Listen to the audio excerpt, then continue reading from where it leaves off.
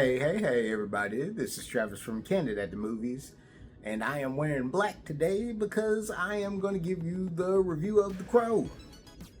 Yeah, the new one that just came out. It does star Bill Skarsgård, FKA Twigs, and Danny Huston.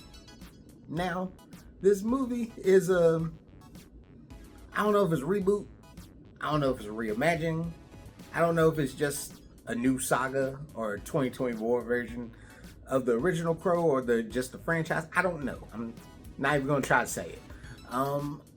This is basically about Bill Skarsgård's character known as Eric.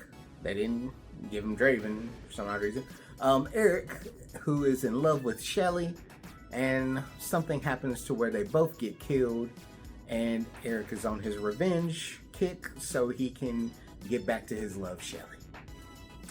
You know, it's a pretty basic story of the original Crow, but this film took some different choices, and some of those choices are good, some of those choices are bad. I'm not going to spoil anything for you, but I'm going to say, as a guy that watched the first Crow but didn't like the other Crow movies because they were all just trash to me and the TV show was forgettable, I can honestly say this is out of all the Crows, this is either number 2 or number 3 for me. It's not a great number, but you know, outside of the original one, none of these are reviewed very well. I like Bill Skarsgård, but he has been on a slump when it comes to movies by himself. Boy Kills World came out earlier this year and it did not make any money.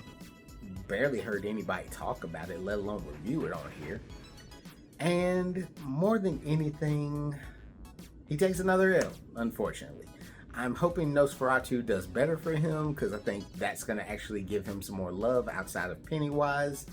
They're not giving him too many good roles, and I think more than anything, he just needs another little boost. Like, I don't think this is something that we needed as a franchise. I don't know why everybody was clamoring for Jason Momoa to be the Crow. If he got this story, y'all wouldn't have watched it. Y'all would have just been like, I'm there for Jason Momoa. Like, the story was not good. FKA Twigs, she's serviceable. I mean, she can sing, so she's got that running for her. I will definitely say what didn't work between this Eric and Shelley is that you didn't care about them. Like, I thought it was good that they actually focused on their love story at the beginning of this one. It wasn't just like done in the flashbacks that you got in the original film. I like that they were like, hey, we're going to show how these two met together, how their love came together. But I just didn't care. You know, it was weird. I don't know. They brought in more supernatural aspects to it, which I thought that was a good thing. It was well needed, especially from the 90s. You know, they were iffy on going supernatural with stuff. Either they wouldn't fully commit or they committed too far. With this one, it was a perfect balance. It was very gory. Action scenes, mainly at the opera scene, was like the best thing you could have got. Like, that beginning of this movie was so slow. I'm trying not to say this is the worst movie of the year because I've watched worse this year. Believe me, there's worse out there than this movie. I feel like this was just generic action, and they were hoping that nostalgia and the name of The Crow would have gotten everybody in the theaters. Obviously, it did not because it didn't even make 10 million this week. And I'm still going by my score of just giving it a C. I don't think it's bad. I don't think it's good. I just don't think it's as great as people were hoping it to be.